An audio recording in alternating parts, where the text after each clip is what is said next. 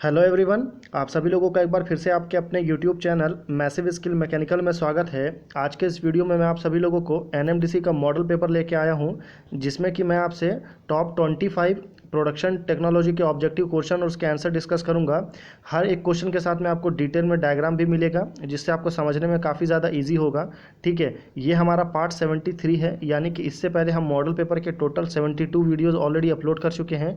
अगर आपने उनको नहीं देखा है तो आप उनको एक बार ज़रूर देख लीजिए। ठीक है, शुरू करते हैं। तो हमारा पहला क्वेश्चन है कि discontinuous chips are form during machining of, यानी कि जो डिसकंटिन्यूअस चिप्स होता है वो किसकी मशीनिंग करने पे निकलता है? Brittle material, ductile metals, hard metals या आपका सॉफ्ट मेटल। तो डिसकंटिन्यूअस चिप जो है वो आपका ब्रिटल मटेरियल में मिलता है। ठीक है, तो अगर डक्टाइल मटेरियल की बात करूँ तो इसमें कौन सा मिलता है? तो कंटिन्यूअस चिप्स मिलता है, और continuous chips with built up edge, ये दोनों जो है आपका किस में मिलता है? तो वो मिलता है आपका डक्टाइल मेटल में। ठीक है, तो चिप्स के बेसिकली 3 टाइप्स होते हैं।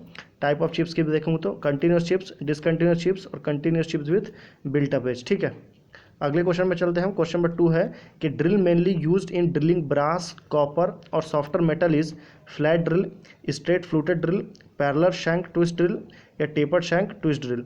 तो आपका जो ड्रिल होता है मेनली यूज़ किसके लिए होता है? ड्रिलिंग ब्रास, कॉपर और सॉफ्टर मटेरियल के लिए। तो वो ड्रिल होता है आपका स्ट्रेट फ्लूटेड ड्रिल। ठीक है, तो अब स्ट्रेट फ्लूटेड ड्रिल कैसा दिखता है? तो देखिए, ये आपका स्ट्रेट फ्लूटेड ड्रिल का कुछ डायग्राम है। ठीक है, ये चारों जो है आपका स्ट्रेट फ्लूटेड ड्रिल ही है, और ये चारों एक तरह से काम करते हैं। ठीक है, क्वेश्चन नंबर 3 है कि विच of the following operation is first perform. ये 4 ऑप्शन है आपके पास में: स्पॉट फेसिंग, बोरिंग, टैपिंग और ड्रिलिंग। तो मैं बता दूं कि अगर आप आर एस खुरमी से इस क्वेश्चन को पढ़ेंगे तो उसमें इसको क्वेश्चन का जो आंसर है वो रॉन्ग दिया है। ठीक है, तो उसमें इसका आंसर क्या दिया है? बोरिंग। ठीक है, जबकि बोरिंग इसका राइट आंसर नहीं है, इसका राइट आंसर होगा ड्रिलिंग। जब तक आप पहले ड्रिलिंग नहीं करेंगे आप बोरिंग नहीं कर सकते। ठीक है, तो इसका राइट आंसर आपका ड्रिलिंग है। ड्रिलिंग क्या है? ड्रिलिंग एक ऑब्लिक प्रोसेस है, ऑब्लिक मशीनिंग होता है।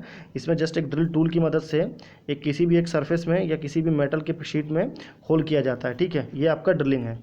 अगले क्वेश्चन में चलते हैं हम। क्वेश्चन नंबर 4 है कि if the cutting speed is increase. क्या बोल रहा है कि अगर हम कटिंग स्पीड को बढ़ा दें देन द बिल्टअप एज, तो क्या बिल्टअप एज जो कंटिन्यूस चिप्स में बनता है वो बिकम्स लॉन्गर, मे और मे नॉट फॉर्म, या become smaller and finally does not form at all, या has nothing to do with the speed. तो क्या होता है कि जब कभी हम कटिंग स्पीड को बढ़ा देते हैं तो बिल्टअप एज जो है सबसे पहले थोड़ा कम होगा, उसके बाद में वो बनना बंद हो जाएगा। ठीक है, तो option number C is a correct answer. ठीक है, क्वेश्चन नंबर 5 है कि for machining a mild steel, अगर आपको माइल्ड स्टील पे मशीनिंग कर रहे हैं यानी work piece by high speed steel tools. क्या है? माइल्ड स्टील का वर्क पीस है आपका। ठीक है, और मशीनिंग किससे कर रहे हैं आप? हाई स्पीड स्टील से। ठीक है, तो एवरेज कटिंग स्पीड कितना होगा? 5 metre per minute, 10 metre per minute, 15 metre per minute या 30 मीटर पर मिनट। तो एवरेज कटिंग स्पीड जो रहेगा वो रहेगा आपका 15 मीटर पर मिनट। ठीक है, क्वेश्चन नंबर 6 है कि टूल सिग्नेचर कंसिस्ट ऑफ, यानी कि टूल सिग्नेचर में कितने एलिमेंट रहते हैं? बेसिकली एलिमेंट्स पूछ रहा है। 2 एलिमेंट, 4 एलिमेंट, 5 एलिमेंट या 7 एलिमेंट। तो टूल सिग्नेचर में टोटल 7 एलिमेंट होते हैं। ठीक है, 7 एलिमेंट कौन कौन सा है आपका? तो ये देख लीजिए, आपका side rack angle, back rack angle, side relief, and relief, side cutting edge, and cutting edge, और लास्ट वाला जो होता है वो होता है आपका नोज रेडियस। ठीक है, ये काफ़ी ज़्यादा पॉपुलर है और काफ़ी इंपॉर्टेंट भी।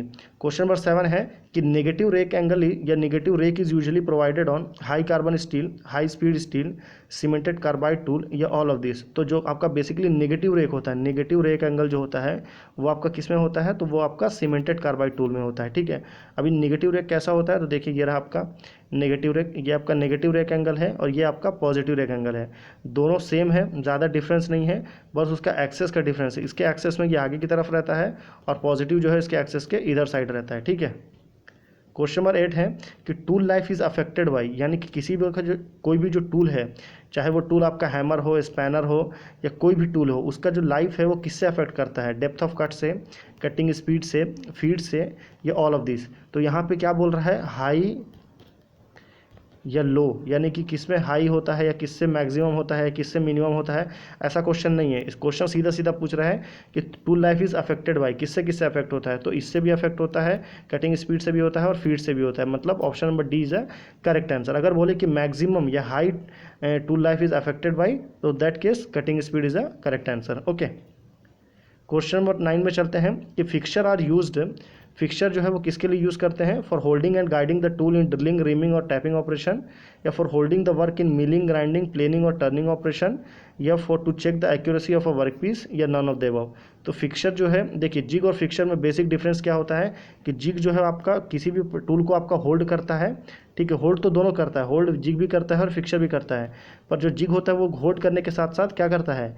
गाइड भी कर देता है, टूल को गाइड भी करता है। और जिग जो है आपका स्मॉल एलिमेंट में, जैसे कि ड्रिलिंग हो गया, रीमिंग हो गया, टैपिंग, ये छोटे छोटे प्रोसेस होते हैं, इसमें आपका जिग का यूज़ करते हैं। पर फिक्सचर जो है आपका बड़े प्रोसेस, जैसे कि मिलिंग, ग्राइंडिंग, प्लेनिंग, टर्निंग, ये जो हैवी ऑपरेशन होते हैं उसमें आपका फिक्सचर का यूज़ किया जाता है, ठीक है। यहाँ पे आपने डायग्राम में देखिए, ये ड्रिलिंग के लिए जिग है और ये आपका होल्डिंग के लिए आपका फिक्सचर का यूज़ करते हैं। अगला क्वेश्चन है, क्वेश्चन नंबर 10 है कि इन अल्ट्रासोनिक मशीनिंग, जिसको शॉर्ट में क्या बोलते हैं? यूएसएम। तो अल्ट्रासोनिक मशीनिंग में टूल इज़ मेड ऑफ, यानी कि अल्ट्रासोनिक मशीनिंग में टूल जो है वो किससे बना होता है? टंगस्टन कार्बाइड से, ब्रास और कॉपर से, डायमंड से, या स्टेनलेस स्टील से। तो अल्ट्रासोनिक मशीनिंग में जो टूल होता है वो आपका ब्रास और कॉपर, यानी कि ब्रास से या कॉपर से बना हुआ होता है, ठीक है। तो देखिए ये आपका अल्ट्रासोनिक मशीनिंग है, ये अल्ट्रासोनिक मशीनिंग प्रोसेस है। अल्ट्रासोनिक मशीनिंग में बेसिकली क्या होता है कि इलेक्ट्रिकल एनर्जी से आप किस में कन्वर्ट कर देते हैं? हाई फ्रीक्वेंसी एनर्जी में। इस केस में क्या होता है, ये आपका जो टूल है, वर्कपीस है, ये सीधा जाके इसको हिट कर देता है, ठीक है। और यहाँ पे आपका जो वर्कपीस, ये आपका टूल है, ये टूल जो है आपका ब्रास या कॉपर का बना रहता है।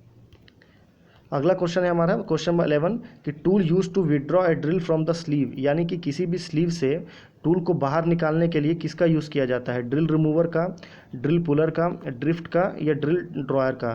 तो ड्रिल को निकालने के लिए किसी भी स्लीव से किसका यूज़ करते हैं? तो हम ड्रिफ्ट का यूज़ करते हैं। तो option number C is a correct answer. अभी ड्रिफ्ट बोलने से कैसा होता है, देखिए ड्रिफ्ट का जो है ये शार्प एज है, ये दोनों शार्प एज है, ये ड्रिफ्ट जो है ना, यही शार्प एज जो आपका टूल के एज में जा करके उसको बाहर निकालता है। क्वेश्चन नंबर 12 है कि cutting fluid mostly use for machining steel, यानी कि स्टील की मशीनिंग करना हो उस समय आप कौन सा कटिंग फ्लूइड यूज़ करेंगे? ये जो आप प्रोसेस देख रहे हैं इसको कटिंग फ्लूइड बोलते हैं, ठीक है। ये कटिंग फ्लूइड है, ये जो आपका ड्रिलिंग चल रहा है, ड्रिलिंग करते समय में बहुत सारा हीट जनरेट होता है, तो उसको कूल करना ज़रूरी है, इसीलिए हम कटिंग फ्लूइड का यूज़ करते हैं, ठीक है। तो यहाँ पे क्या बोल रहा है कि cutting fluid mostly use for machining steel. अगर आप स्टील की मशीनिंग कर रहे हैं तो आप कौन सा कटिंग फ्लूइड यूज़ करेंगे? वाटर, सॉल्युबल ऑयल, ड्राई या हैवी ऑयल? तो हम वहाँ पे सॉल्युबल ऑयल का यूज़ करेंगे, यानी कि यहाँ पे जो ऑयल देख रहे हैं आप, ये एक सॉल्युबल ऑयल रहेगा।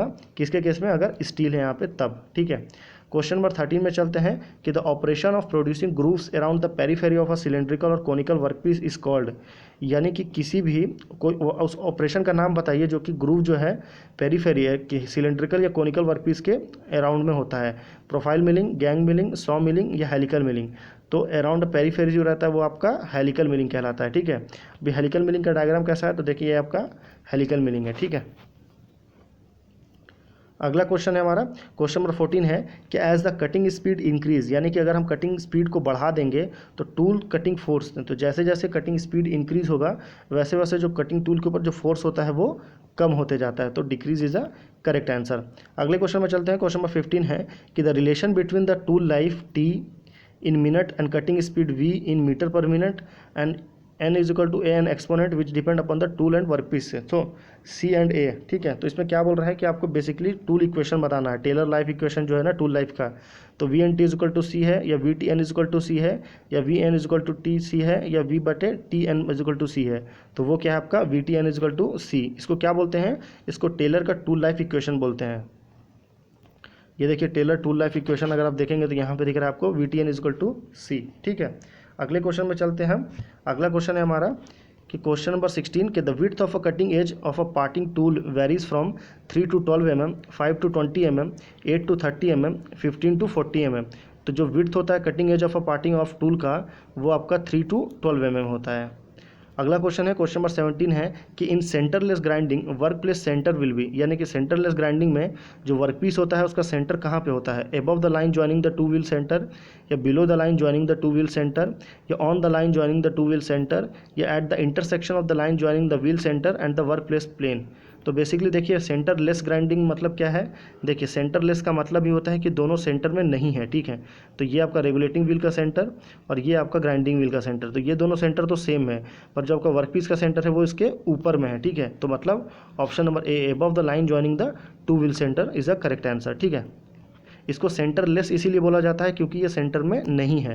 क्वेश्चन नंबर 18 है कि soft material can not be economically ground due to high temperature involve, frequent wheel clogging, rapid wheel wear या लो वर्कपीस स्टिफनेस। तो जो आपका सॉफ्ट मटेरियल होता है उसको इकोनॉमिकली ग्राउंड नहीं कर सकते क्योंकि फ्रीक्वेंटली व्हील क्लॉगिंग। तो B is a correct answer.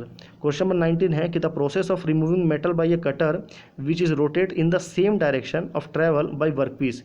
यानी कि क्या बोल रहा है कि यहाँ पे मेटल कटर का जो डायरेक्शन है और आपका जो वर्कपीस का डायरेक्शन है वो दोनों सेम है, मतलब एक ही डायरेक्शन में है। तो उस केस में कौन सा मिलिंग होगा, तो वो कहलाता है आपका डाउन मिलिंग। ठीक है, अगर एक डायरेक्शन, अगर आपका रिमूव कटर का डायरेक्शन इधर है और वर्कपीस का डायरेक्शन इधर है, मतलब अपोजिट अपोजिट है, तो उस केस में आपका अप मिलिंग होगा। ठीक है, तो यहाँ पे देखिए अप मिलिंग और डाउन मिलिंग का डायग्राम दिया हुआ मैंने। ये आपका कटर का फीडिंग है। ठीक है, ये अप मिलिंग है, मतलब इधर आपका वर्कपीस का फीड हो रहा है और इधर आपका कटर का हो रहा है, तो ये अप मिलिंग है। डाउन मिलिंग में फीड भी इधर जा रहा है और कटिंग स्पीड भी इधर जा रहा है, तो दोनों सेम है। ठीक है, अगला क्वेश्चन है, क्वेश्चन नंबर 20 है कि in which of the following machine the work is usually rotate while the drill is feed into the work. यानी कि ऐसा कौन सा मशीन है या ड्रिलिंग मशीन है जिसमें जो आपका वर्क जो है वो रोटेट होता है, वर्कपीस रोटेट होता है और ड्रिल बिट है या जो ड्रिलिंग के लिए जो मशीन यूज़ कर रहे हैं वो फिक्स रहता है। तो उसको क्या बोलते हैं, sensitive drilling machine, radial drilling machine, gang drilling machine या डीप होल ड्रिलिंग मशीन। तो उसको बोला जाता है डीप होल ड्रिलिंग मशीन। तो ये डीप होल ड्रिलिंग मशीन का डायग्राम है। इसमें क्या होता है, देखिए बेसिकली आपका ये डीप होल डायग्राम मशीन है। यहाँ पे आपका जो टूल है ये फिक्स रहता है और ये आपका वर्कपीस इसके ऊपर रहता है और वर्कपीस जो है आपका वो रोटेट होते रहता है। क्वेश्चन नंबर 21 में चलते हैं कि tool life in case of grinding wheel is the time. यानी कि ग्राइंडिंग व्हील का जो टूल लाइफ होता है वो क्या होता है, between two successive regrind of the wheel, या taken for the wheel to be balance, या taken between two successive wheel dressing, या taken for a wear of 1 mm on its diameter. तो जो आपका tool life in case of grinding wheel जो होता है वो होता है between two successive regrind of the wheel. तो option number A is a correct answer. ये आपका देखिए ग्राइंडिंग प्रोसेस कर रहा है। ठीक है, क्वेश्चन नंबर 22 काफ़ी ज़्यादा इंपॉर्टेंट और काफ़ी ज़्यादा कंफ्यूजिंग क्वेश्चन है। इंपॉर्टेंट इसलिए है क्योंकि ये क्वेश्चन एग्जाम में आ चुका है और काफ़ी सिंपल भी है कि ग्राइंडिंग ऑपरेशन क्या है, शेपिंग ऑपरेशन है, फॉर्मिंग ऑपरेशन है, सरफेस फिनिशिंग ऑपरेशन है या ड्रेसिंग ऑपरेशन है। तो ये बेसिकली एक का सरफेस फिनिशिंग ऑपरेशन है। ग्राइंडिंग जो है आपका सरफेस फिनिशिंग ऑपरेशन है और इसका जो सरफेस फिनिशिंग कितना रहता है, तो सरफेस फिनिशिंग जो इसका रहता है वो रहता है आपका 0.75 म्यू। ये किसका रहता है, ग्राइंडिंग का आपका सरफेस फिनिशिंग के लिए रहता है। क्वेश्चन नंबर 23, ये आपका ग्राइंडिंग प्रोसेस चल रहा है। ठीक है, ग्राइंडिंग में कुछ नहीं रहता, आपका एक ग्राइंडिंग व्हील रहता है जो कि आपका हाई डायरेक्शन, मतलब हाई रोटेशन में रोटेट होता है और इसको मेटल के पीस में लेके आते हैं। अगला क्वेश्चन है, क्वेश्चन नंबर 23 है कि the purpose of a jigs and fixture. यानी कि जिग्स एंड फिक्सचर का जो पर्पस है, उसको उद्देश्य क्या है उसको यूज़ करने का। इंक्रीज मशीनिंग एक्यूरेसी, बिल्कुल सही है। फैसिलिटेट इंटरचेंजेबिलिटी, ये भी सही है। Decrease expenditure on quality control, ये भी सही है। तो ऑल ऑफ दिस, तो option number D is a correct answer. अगले क्वेश्चन में चलते हैं, क्वेश्चन नंबर 24 है कि in which of the following milling machine the table can be tilted in a vertical plane by providing a swivel arrangement at the knee. यानी कि milling machine कौन सा है जिसका जो आपका जो स्विल अरेंजमेंट होता है नी में वो प्रोवाइड करता है। Universal milling machine, plain milling machine, omniversal milling machine या hand drill milling machine.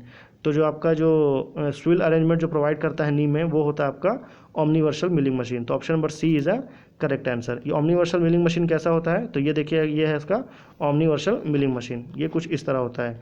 Last question में चलते हैं हम, क्वेश्चन नंबर 25 है कि coarse grain grinding wheel is used. यानी कि ग्रेन जो आपका ग्राइंडिंग व्हील जो होता है दो ग्रेन होता है, एक होता है कोर्स ग्रेन और एक होता है आपका फाइन ग्रेन। ठीक है, तो आपको कोर्स ग्रेन ग्राइंडिंग व्हील जो होता है उसका कब यूज़ करते हैं, हार्ड एंड ब्रिटल मटेरियल में, सॉफ्ट एंड डक्टाइल मटेरियल में, हार्ड एंड डक्टाइल मटेरियल में या सॉफ्ट एंड ब्रिटल मटेरियल में। तो जो आपका कोर्स ग्रेन ग्राइंडिंग व्हील है वो आपका सॉफ्ट एंड डक्टाइल मटेरियल के लिए यूज़ होता है। अगर बात करूँ मैं फाइन ग्रेन ग्राइंडिंग व्हील की तो वो आपका हार्ड एंड ब्रिटल मटेरियल के लिए यूज़ होगा। ठीक है, ग्राइंडिंग व्हील देखिए बेसिकली क्या होता है, ये आपका जो दिख रहा है यहाँ पे आपको डायग्राम में, यही है ग्राइंडिंग व्हील। ठीक है, ये आपका ग्राइंडिंग मशीन का जो स्लॉट होता है उसमें ये आपका रॉड जाके ये आपका होल जाके सेट हो जाता है, उसके बाद में ये घूमता है। ये यहाँ पे जो आप यहाँ पे जो स्लरी देख रहे हैं यही एब्रेसिव मटेरियल है। ये एब्रेसिव बाउंडिंग जो है आपका ग्राइंडिंग व्हील के ऊपर में लगा रहता है।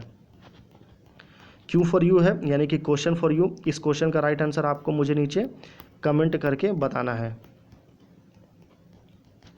क्वेश्चन क्या है कि the abrasive slurry used in ultrasonic machining यानी कि USM contain fine particles of aluminium oxide, boron carbide, silicon carbide या एनी वन ऑफ दिस।